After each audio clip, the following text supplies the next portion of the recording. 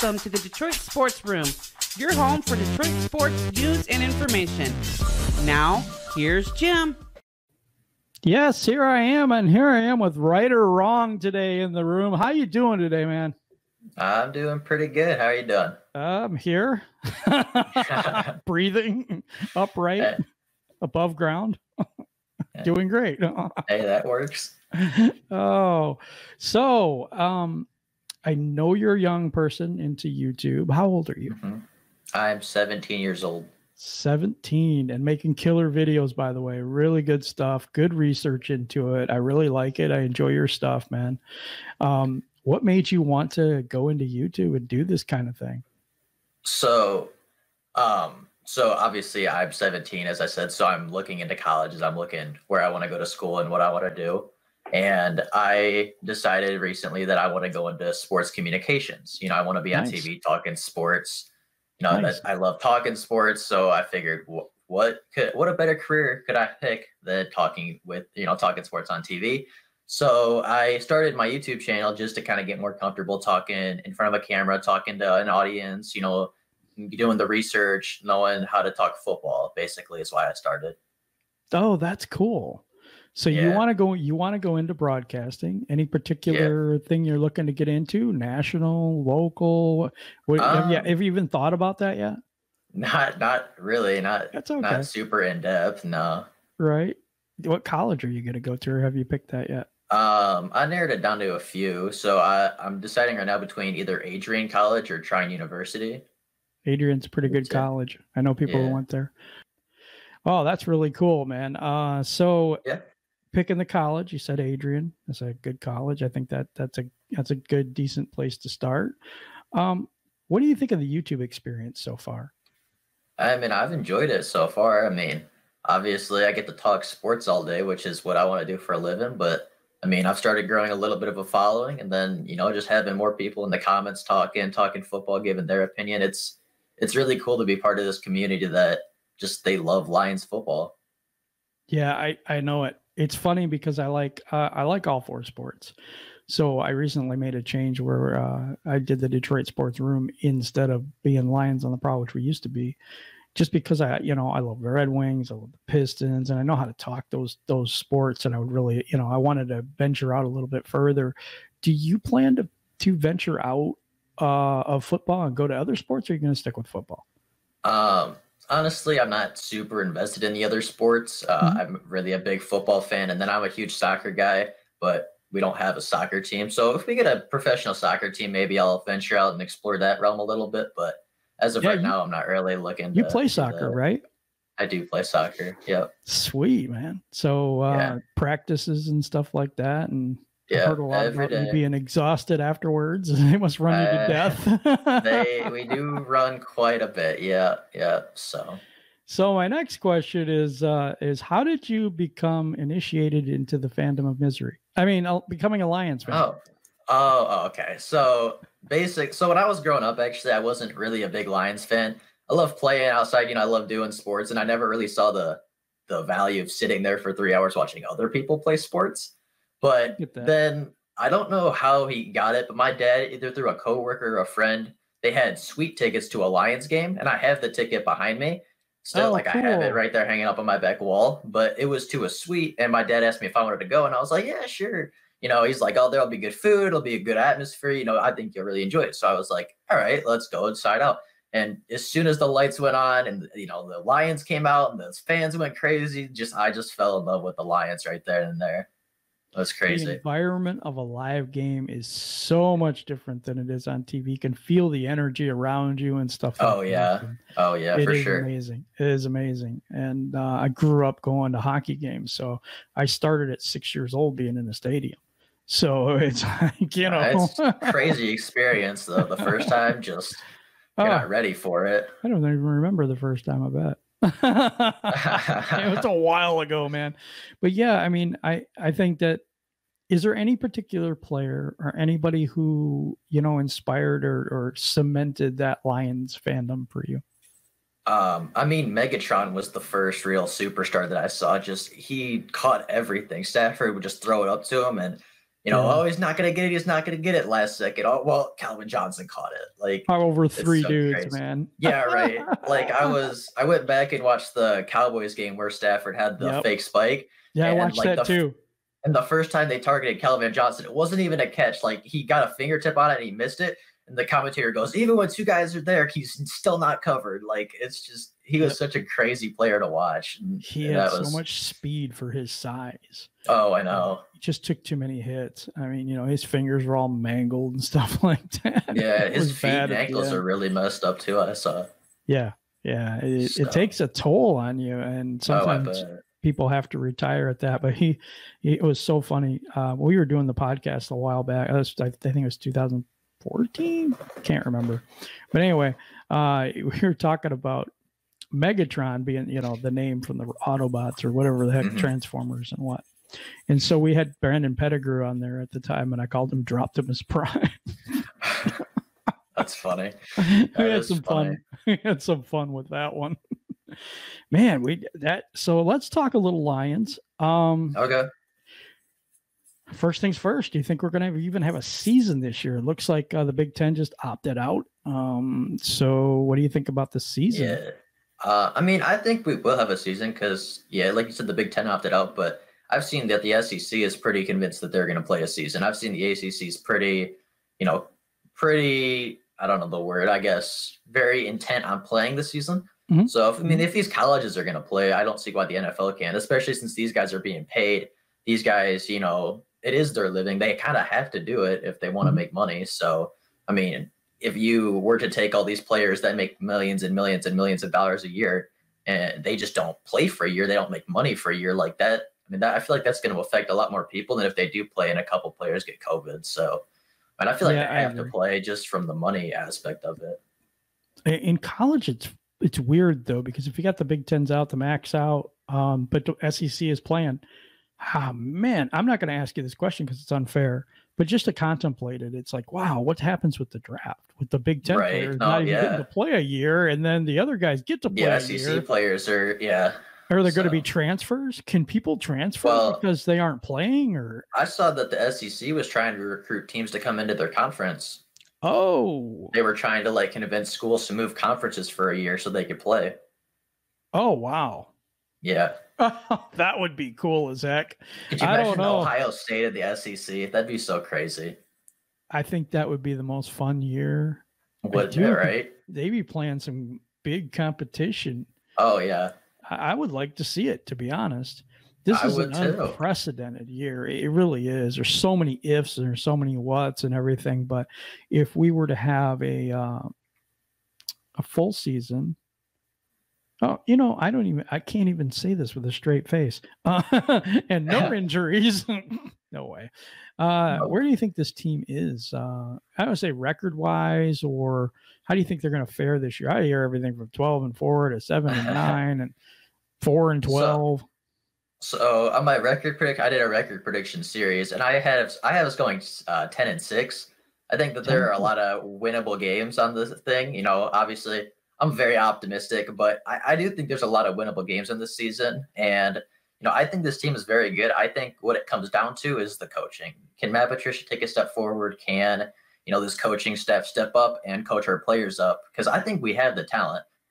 We've brought in all these Patriots that were part of a #1 defense. We've drafted all these guys that were highly rated. We've gotten all these players on the defense and the offense that are highly touted, but can our coaching staff make them mesh together and play cohesive football? I think is the big question for me. Put them in the best position for them. Yeah. I think that's been one of the huge problems with Patricia's defense. Yeah. Jared Davis is an awesome example of that, where I think he's a pass rush linebacker, and that's about it. I think so too. Yeah. And he uses them for anything. No, he's like one of those wind-up robots. You just put him in one direction, he can go straight, and if the quarterback's there, great. Yeah. Just put Jared Davis on a quarterback spy the whole time, and he'll be fine. That's what I think too. I mean, but what kind of position is that really? I mean, I don't know. It depends. So he's somebody. It's a big year for him. It's a big year for a few people on this team. Just heard that. Oh God, the safety that we always love to hate. Just got picked up by the Colts, and I can't remember his name now. Tavon Wilson. Tavon Wilson. Yes. Controversial. Who did he get picked up by? Indianapolis Colts. Really? Yeah, just today. So interesting. Yeah, I mean, we have Deron Harmon, and we have Will Harris, and we have Tracy Walker. Harmon is going to make a huge difference. Oh, I think so, for sure, yeah. Huge difference. He actually allows Darryl Roberts to be on the team. So yeah. Well, I'm just saying because he's not very fast, but he's a really good press corner, and that's what he does well. But he's not fast, so he might get burned deep. If he gets burned deep, he can be picked up. Deron Harmon's right there by Harmon. Yeah. So they work together in tandem. That's another thing I like about it with Okudah, because he's not the fastest guy in the world either. But you don't necessarily have to have speed to be a good corner, but I'm just saying it helps. Right, yeah, it doesn't hurt, right? All right, I'm going to get your take on a couple of different things. One being the draft that we just had this last year. What do you think about those players and where they fit on this team, and what is your take on them? I know it's kind of a long question, but that's okay. I mean, if you look at it in a vacuum, I think the Detroit Lions did really good. I mean, they got the top cornerback in the draft. They got arguably the best running back in the draft. They got a good pass rusher that a lot of people had going late first round. You know, they got Jason Huntley, who's a huge speedster. They got all these great guys. But then if you look at how they fit, like, I just feel like we could have got better.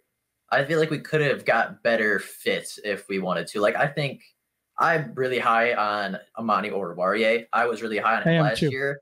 And then I thought him and Trufant would have been fine on the outside. So I was really big on us taking Isaiah Simmons, because I think he would have just transformed the defense.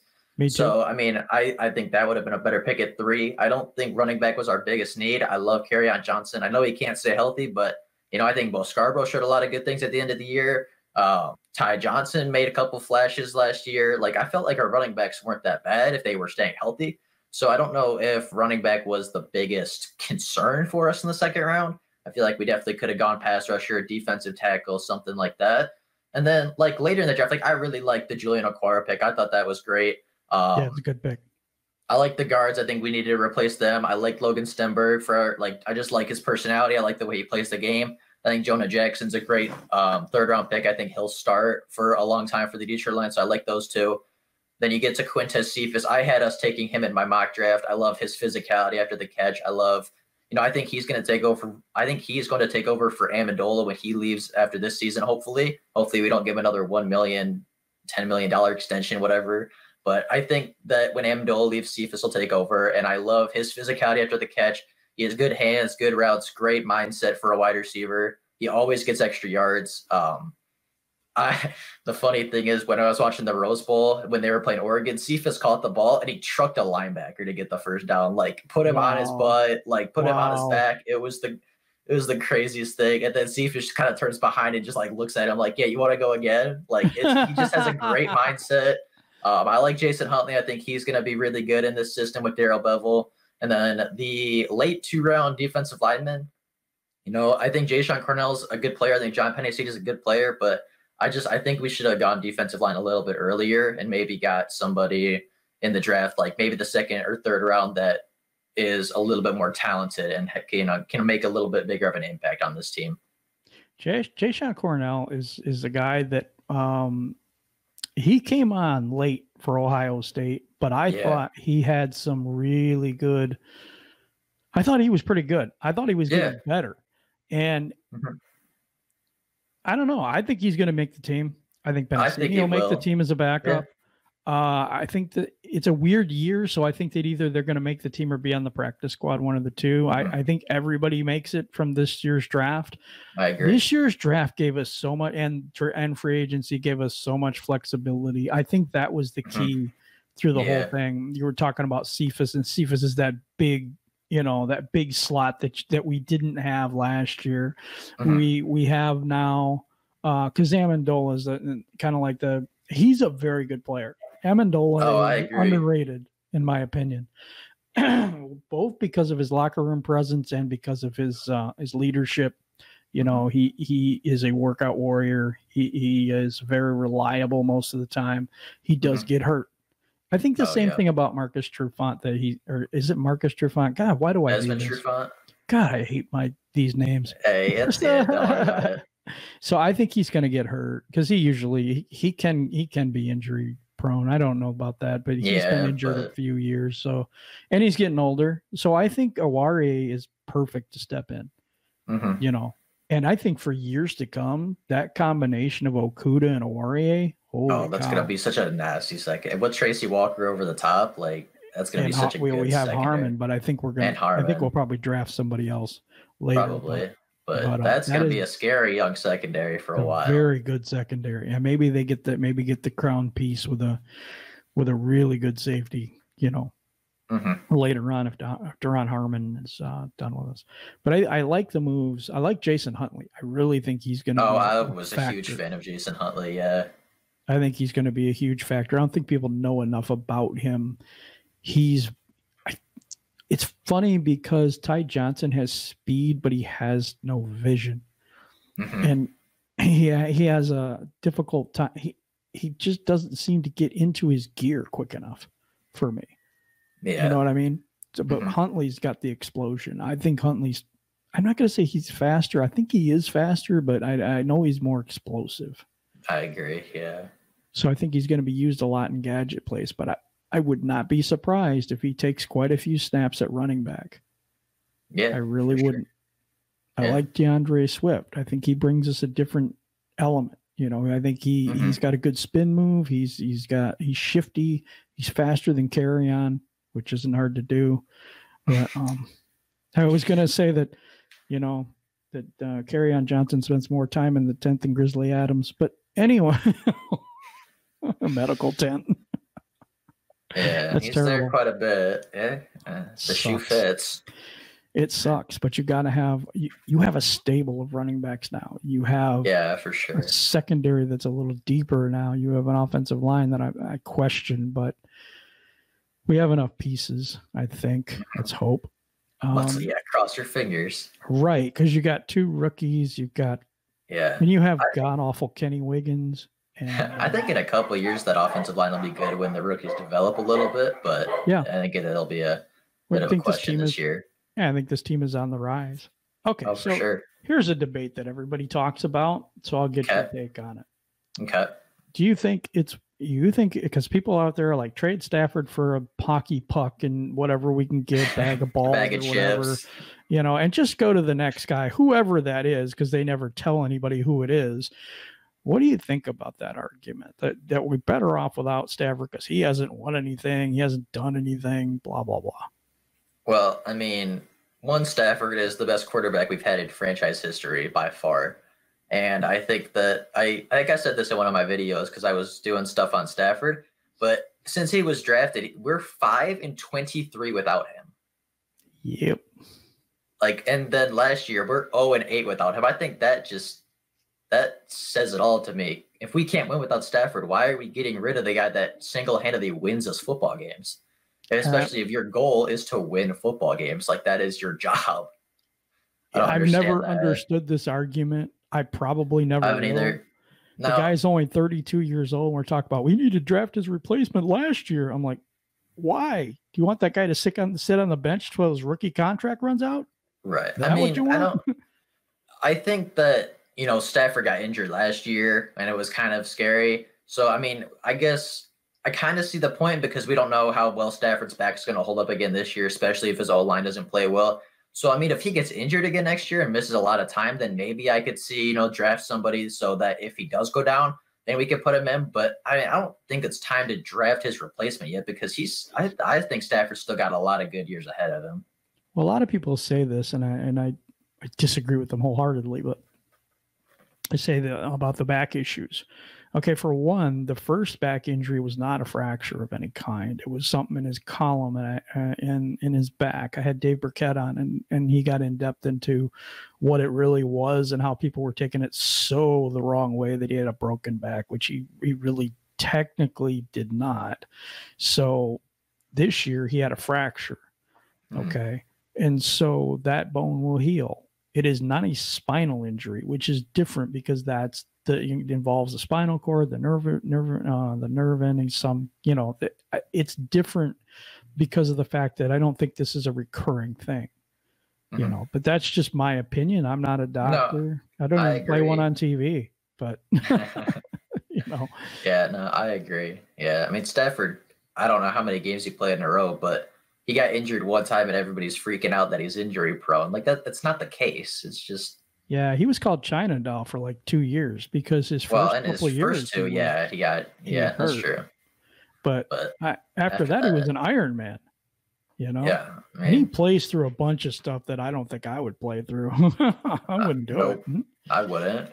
So that's the Stafford lightning bug thing. What do you think about the Quinn Tricia era and how they're doing?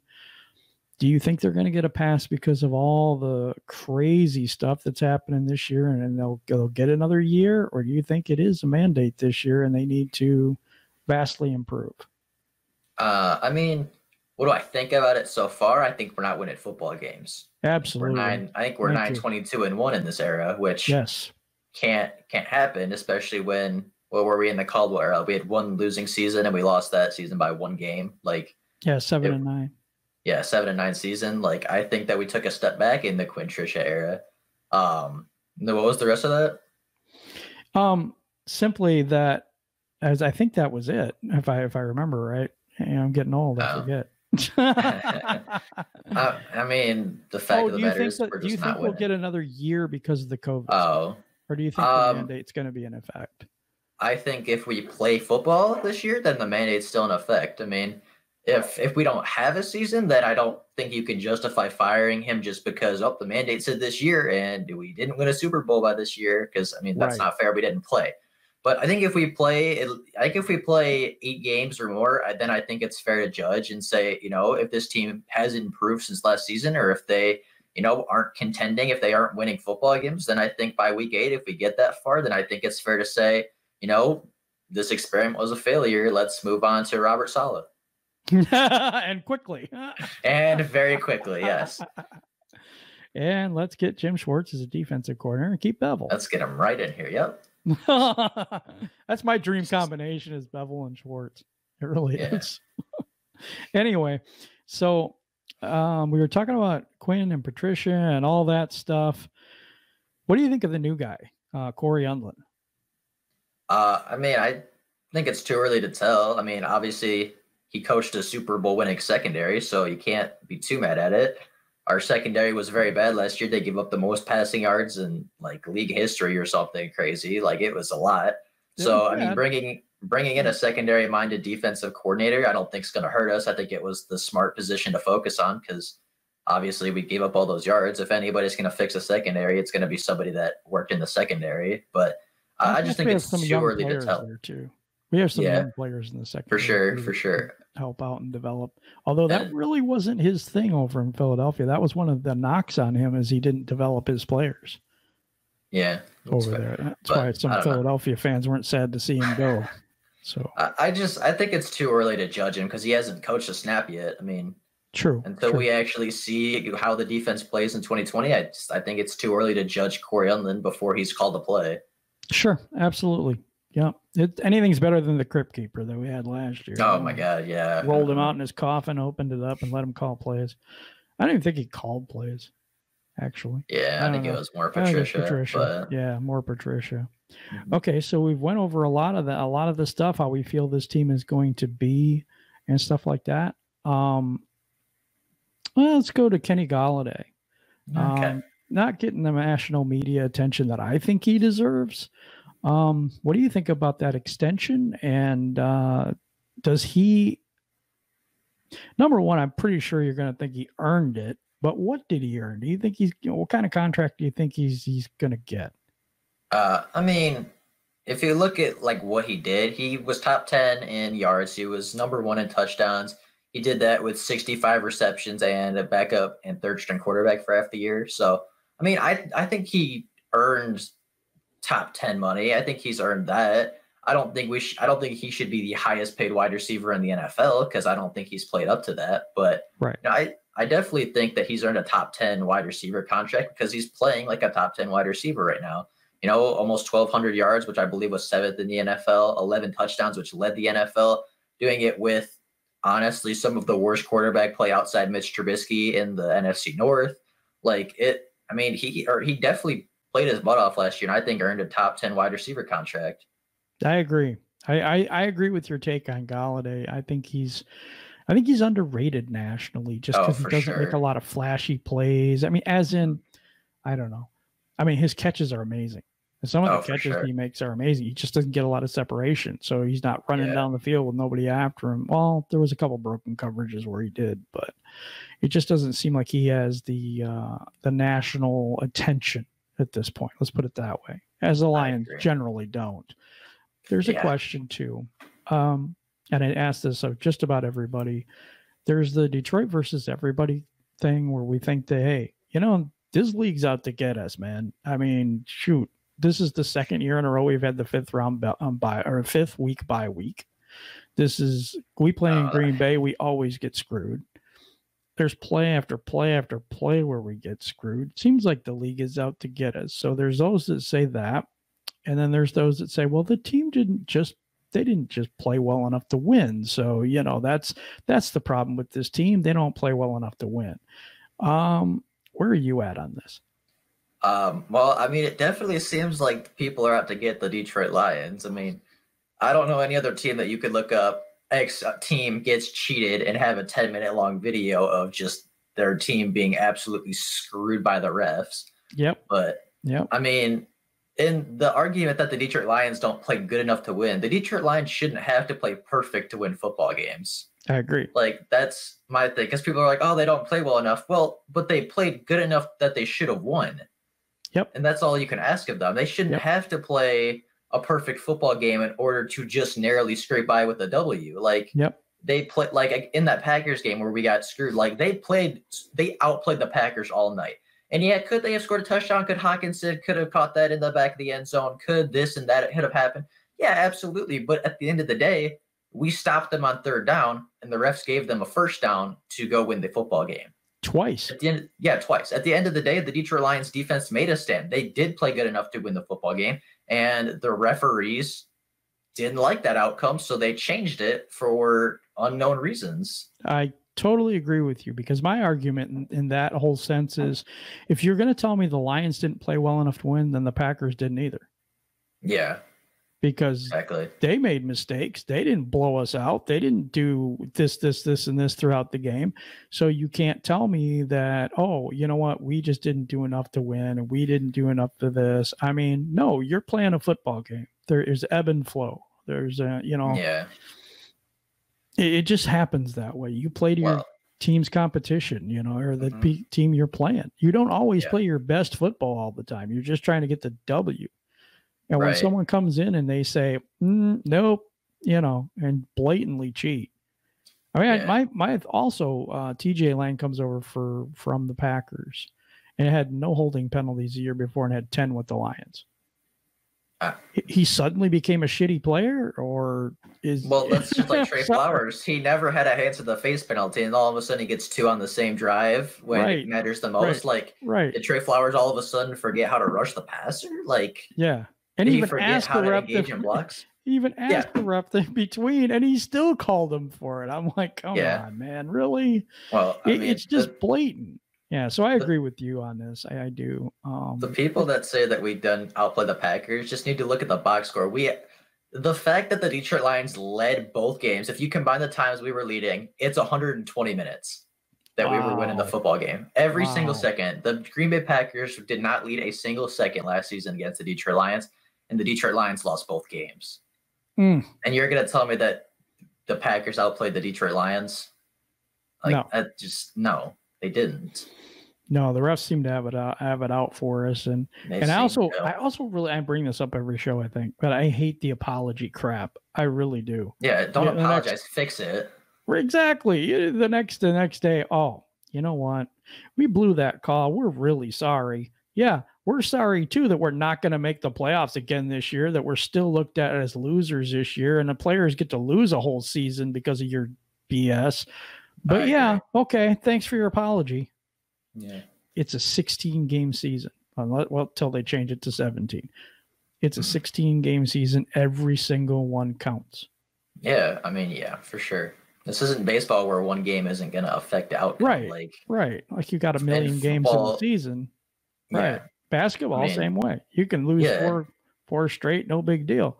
You lose 4 straight in football, you're out of it already. Yeah, that's a quarter of your season that you just lost. I mean, right. So that's the rough part about football. There's so few games that the referees can really make a difference in a season for a team, and they really seem to love us and make decisions for us every year.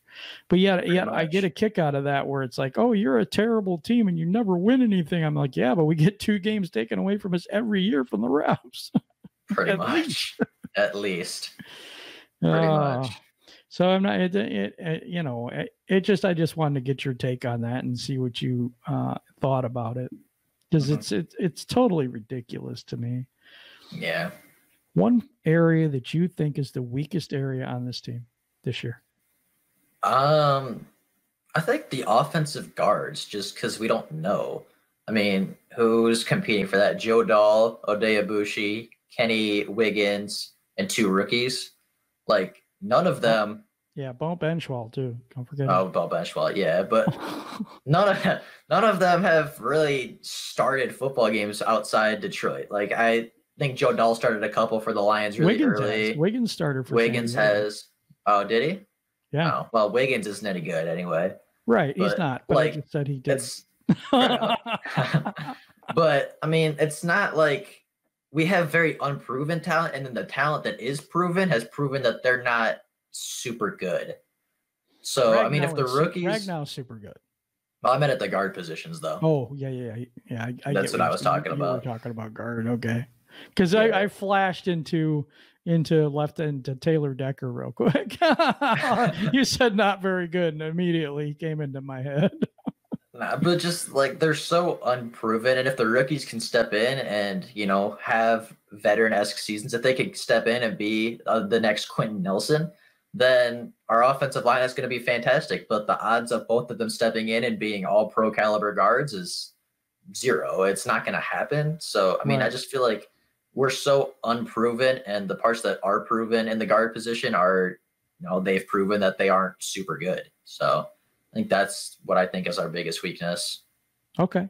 I have my problems with our pass rush. I think offensive line is number 1 for me as well, but I think we have a problem in the pass rush area. Except if Deshaun Hand is healthy this year, he's a very, very good player. He's probably one of the best defensive tackles in the league when he's on his game. Also, the unknown and the guy from Clemson, Austin Bryant. I think he's going to be. I think he's good. I just think he was very unhealthy. I think he just got hurt. Well, he was a better pass rusher than Deshaun Hand in college. Yeah. And Deshaun Hand is really good right now. It's amazing. A monster. Fourth round picks. I don't know what it is, Ben. I don't know, dude. Trey Flowers was a 4th round pick. And so is Deshaun Hand. So is Austin Bryant. Yep. I don't know. We seem to do really well in the 4th round. Seem to hit on those. Hoping Logan Stenberg is that next 4th round stud that we picked up. Hey, I hope so. I'm hoping. God, I just want to win. That's really the end of the day. That's all we want as Lions fans to win some football games. Yeah. So I want to win a Super Bowl. So my dreams are kind of way far out there in dreamland and stuff. Yeah. But that's where I'm one day. I'll get there someday, I'm sure. You got more time than I do. So yeah, you're probably fair enough. So we talked about the weakest position. What's the strongest position group, do you think? The strongest, I think our receiving core is very strong. I mean, Kenny Galladay, in my opinion, is a top 10, if not top 5 receiver. I think Marvin Jones is probably one of the best number 2 receivers in the NFL. Like you said, Amendola is a very productive, very hardworking wide receiver. I think we found a gem in Marvin Hall last year who, could take the top off of defense and is a huge play threat. Behind that, now we got Quintez Cephas, who I talked about earlier, who I'm very high on. We got Jamal Agnew. Is Jamal Agnew? Jamal Agnew is a wide receiver. I think his speed can add something to this offense if he makes the team. And then you just move over to the other receivers at tight end. TJ Hawkinson, top 8 pick is supposed to be very good. We saw that week 1. Jesse James, as the Pittsburgh Steelers tight end, was fairly productive. We brought in Isaac Nauta and Hunter Bryant, who, are young and unproven, but they have some talent there. Like, I think our receiving core is stacked. I think it's loaded and it's very, very talented.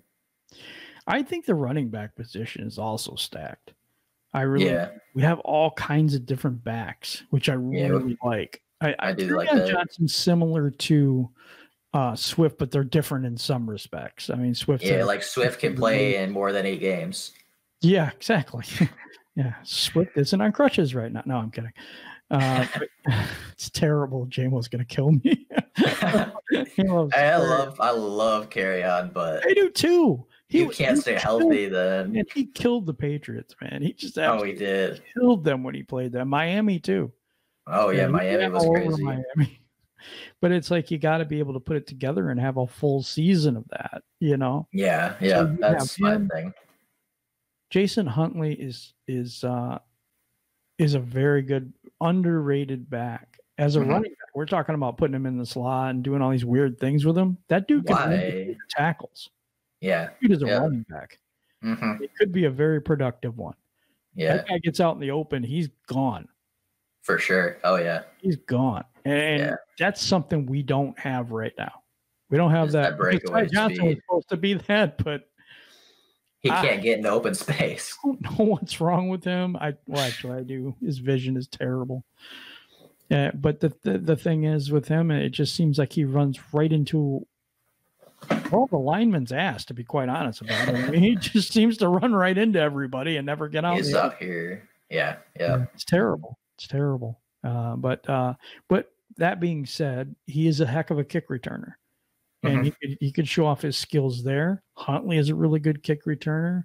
We got punt returners. I mean, we have a really solid team with some depth actually at the running back, wide receiver position. Yeah. Even at corner, we're pretty deep. Oh, for sure.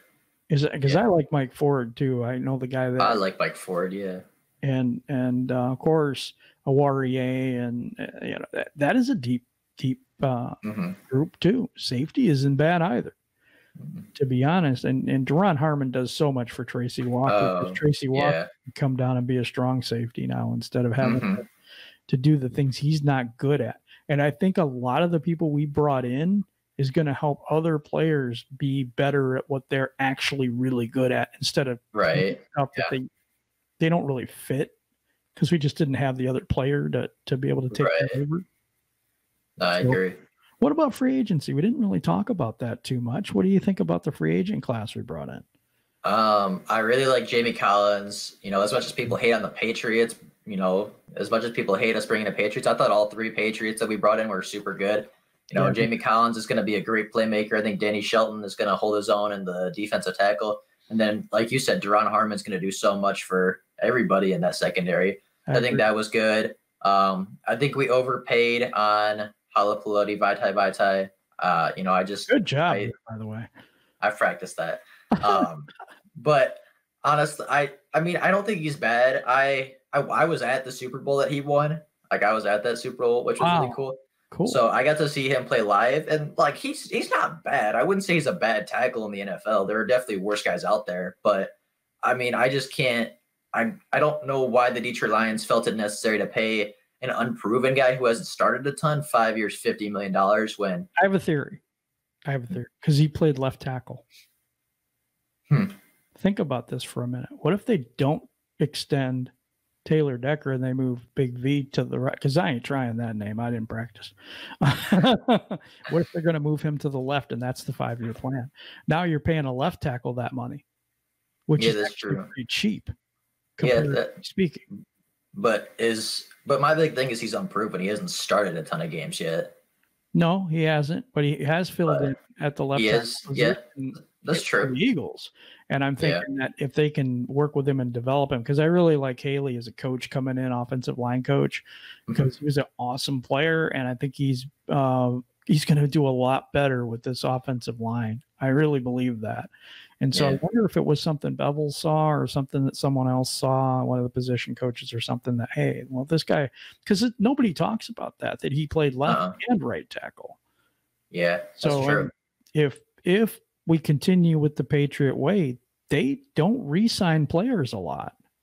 Yeah, that's true. Could be in a situation where you could get a free agent right tackle, and then you have your left tackle built in, or you draft that right tackle, and now you've got a pretty good offensive line that way. If Big B can be that pass protector, that's his big problem. If they fix that, he could be decent, you know? Could be. I'm not saying that's going to be the case. I'm just saying it's something that people don't look at. Yeah, I mean, I didn't think about that. I didn't even think about that. So that is a good point. Yeah, it's possible. He may suck so bad that he couldn't play tackle. I don't know that yet. I haven't seen him. You've seen him. What do you think? Do you think he could switch? I like him a lot. I mean, like I said, I saw him play live. I think he's a very solid tackle. I think he's good at run. You know, he's okay at pass. It's definitely not his strength, but I mean, he can do it. He protected Nick Foles in the Super Bowl. So, I mean, I think he's a very talented young player. I just, you know, my big thing with him is he just hasn't played in a ton of games. And getting a player $10 million over $10 million every year for 5 years just seems like a lot of money to put into a guy that hasn't shown consistency through the NFL. I agree. And it's a Nick Williams thing for me too. I think that Nick Williams was a situation where he's a 1-year wonder, and I'm like, okay, what are we doing here? You know, but they see things in these players that maybe we don't. That's true. We're smarter than them, and as usual, and it'll turn out that they suck just like Ebron. But I think we have a very smart fan base. I do. And the problem with that is because, okay, so there's going to be a lot of people that say, well, you never played the game, or you never did this, or you never did that, so your opinion don't count. It's really funny to me that a lot of people, there's very few people that wanted Ebron. Very few. Right? So Aaron Donald would have been nice. Odell Beckham Jr., he's a head case, but he's still a good receiver. Yeah. I think either of those would have been better on those teams than what we have. Than what Ebron was for us. Yeah, and I totally agree. And the fans were smart on that. They said it was a stupid move right from the beginning. I mean, yeah. I think they discount what the fans ask for and hope for and stuff like that a bit too much, at least in my opinion. I agree with that for sure. So let's go into a little bit more about you. I'm going to go, what do you think your channel is going to be like in a few years or upcoming, or do you have any changes going on? I know you have a new channel. You want to tell me about that? Sure. So I created a highlight channel because I made one for my channel.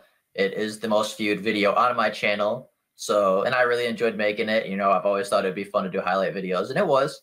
So, you know, I made a second channel because I didn't want to like oversaturate my channel because I want to do other things than Lions for highlights. Like I wanted to take a look at the rookies, and I wanted to do some other things throughout the NFL. And so I did the rookies on my second channel.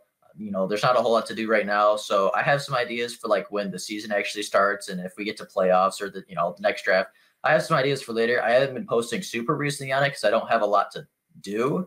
You know, there's not a whole lot of news going on to do highlights on. But you know, I do have some ideas for later in the season if we do get to that. So at some point when the season begins, I will be doing, some other stuff. But I would love to see a Deshaun Hand package from when he his first year. Yeah. Because I think people forget about him so much that they don't realize how good he really is. I do. I think we're like, oh, we suck at defensive tackle. Kevin's strong. I'm going to be honest. I think he's a decent tackle. Mm-hmm. Yeah, I think he's good depth. Yeah. And people forget about him, and they forget about Deshaun Hand. It's like, oh, we need to sign the head case. I'm drawing a blank on his name, but the guy from Minnesota. Everson Griffin. Yeah. I'm terrible with names. You'll find. I found that out. Yeah. Love it. That's cool. Everson Griffin and Davion Clowney are the two big ones that people seem to want to get. And to be honest with you, I don't want Everson Griffin. I don't. Yeah. I mean, the guy, I don't have the video out yet, but this guy from PFF that I've done a video with really is high on him and thinks that he would really free up Trey Flowers to do what he normally does and will be better for him because he's more of a run stopper and and less of a pure pass rusher. I don't know if I agree with that, but he's watched a lot more film than I have, so it's possible, you know, that he could come in. But I'm worried about the head case issues. Right. Yeah. He has some problems. Issues. Yeah. And I'm not sure that, hey, you know what? I'm not talking him down for that. I hope people don't think that, because everybody struggles with something, I think. And if he gets everything together, he's a hell of a player. Yeah, for sure. But I don't want to spend the cap either. No, I do a lot of free agency stuff on my channel right now, talking about potential free agents. And I found another guy that I like so much better. He's going to be so much cheaper. He's a defensive tackle. You know, he's good at pass rush. He's okay at run stop. Like, he's going to be cheap. I found a guy that it's on my channel, and I don't like to clickbait, but I titled it the perfect free agent. So that's how you know I'm high. Agent. I think he just fits so well. He's 27. He's a good pass rusher. He's a good run stopper. He's going to be cheap. He's just so good. And I don't know why he hasn't been signed yet, but you need to check that out on Right or Wrong's channel. And I'll have that 2 places. I'll have it in the description below, but I'll have it on one of the cards in the video too, that you can go to his channel just by clicking. So we'll put that on there for you. But yes, definitely check that out.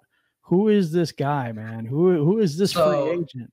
You don't tell me. Don't tell me, because we're don't tell them. All right. No, all right, don't tell me, because we gotta leave that for the people to go to your channel so they can enjoy it for themselves. Yeah, I was just going through like the free agents that were left, and I saw his name, and I was like, oh, that sounds kind of familiar. And then I went and I looked at it, and like he's stuck out, and he just seems like such a good fit to me. So that's good. That's good. I've seen the video, so I can't say nothing. Okay. I have to hold my. I know who he plays for. No, I'm kidding. I ain't gonna do all that. Nobody right now. Well, we used to play for it. Good point. Yeah. Good point. Yeah. So, thoughts on Davion Clowney? I'll give you 2 more. Davion Clowney, Marcus Golden. So, thoughts on Davion Clowney? I don't think he'll fit here in Detroit. I really don't. Obviously he's an athletic monster. He's a freak. You know, he makes big plays all over. He had like 2 or 3 touchdowns scored last year all by himself. He flipped games on his head. But, I don't think the Detroit Lions are looking for that. I really don't think that they're looking for a guy to make all the huge flashy plays. No, Patricia's big thing. Well, fair enough. But Patricia's big thing when he got here was, fundamentals, wrap up. You don't have to necessarily make the big hit and knock the guy's head off if you can tackle him for a 1-yard loss. How's that working out so far? Just kidding. That's his thing. So I don't think he's going to bring in a guy whose whole shtick is go knock the guy's head off and make the flashy play. I don't think Patricia wants that. And then I don't think, just from a personality standpoint, he's going to fit here because, obviously him and Bill O'Brien had some battles, and then he got traded. And, Bill Belichick's disciples, Bill O'Brien's a Bill Belichick disciple. So is Matt Patricia. They like their way or the highway kind of a mentality. And if that didn't work in Houston with Bill O'Brien, where they were winning football games, I can't see it working here in Detroit where didn't he go to Seattle? Yeah, but originally he was drafted to Houston. No, I know that. But then he got traded to Seattle. And Pete Carroll let him go too. Yeah, that's true. Pete Carroll's more of a player's coach. Yeah, but I don't think him and Pete Carroll had the battles. I don't think they had the beef like Bill O'Brien did. I just think that Davion Clowney is asking for way too much money right now. And he's going to, the players that are sitting out right now are going to have to ask for less money because there isn't going to be the money to spend on them. Davion Clowney was asking for like $20 million a year. Like, he was asking for a lot. Wow. I think that's why the Seahawks let him go, is because they weren't going to pay that. Right. That's crazy. They were trying to bring him back. It's not like he's a quarterback or something. No, he's not. But that's almost in Stafford money right there. He was asking for that, so I think that's why the Seahawks let him go. That makes perfect sense to me. And then Marcus Golden, he's with the Giants now, so it's too late on that. Yeah, but I don't know. I just think he's inconsistent because he had like 2 seasons. He had one where he had 10 sacks last year, one with the Cardinals where he had like 12.5. But then every other season you look at it and it's 2 sacks, 0 sacks, something in there. So, I just think the inconsistency is kind of tough to project. And then with the Giants, he was playing in the linebacking core and he was blitzing every play. And Patricia doesn't blitz linebackers a whole lot. That's one of the big things Detroit Lions fans hate, is that he does not blitz his linebackers. So, if Marcus Golden was here, you know, you'd have to blitz him, and that's not what Patricia likes to do. That's not what he's trying to do in the defense. So I don't think it would have been a great fit, honestly. It's not a Tampa 2, but it's reminiscent of Rod Marinelli and the Chicago defenses, where it's like, yeah, you're going to march down the field on us, but then at the 20-yard line, we're going to stop you, and that's great because we lost all that time. And I hate those defenses. I really do. I like aggressive. Yeah. I like in your face. I like blitzing, not all the time. I like a strong front four. I like that wide 9 that Schwartz plays. I like winning football games. I like. Oh yeah, me too. I haven't had a whole lot of that happen in my lifetime. No, fair enough. Okay, so this has been a really good interview, and I appreciate your time, man. Because thanks for having me. Fellow DSA member, Detroit Sports Alliance. Check us out and check the video out. Like the video and subscribe to the channel. And hit the bell thing, and after that, you're probably exhausted. So take 5 minutes and stuff. You've earned it. And with that, anything you want to say, Ryder, about your channel? And put a little bit. Hey, I mean, if y'all want to go over and get more Lions content, I'm always upload at least once a day, sometimes twice if I'm feeling a bit ambitious. But I just love talking Lions football. So if you're a Lions fan, just go over. You're going to enjoy it. And he does his research, guys. It's not just, him just talking. I try. Talking. I was going to say talking out your ass, but I thought I shouldn't say that. So I just did. Yeah. Hey, but he's not. I try. He does a lot of research. He really does know his football. And for a young guy, I think you have a very bright future, man. I really do. Respect. Thank you. Thank you. All right. And with that, if I can find the thing.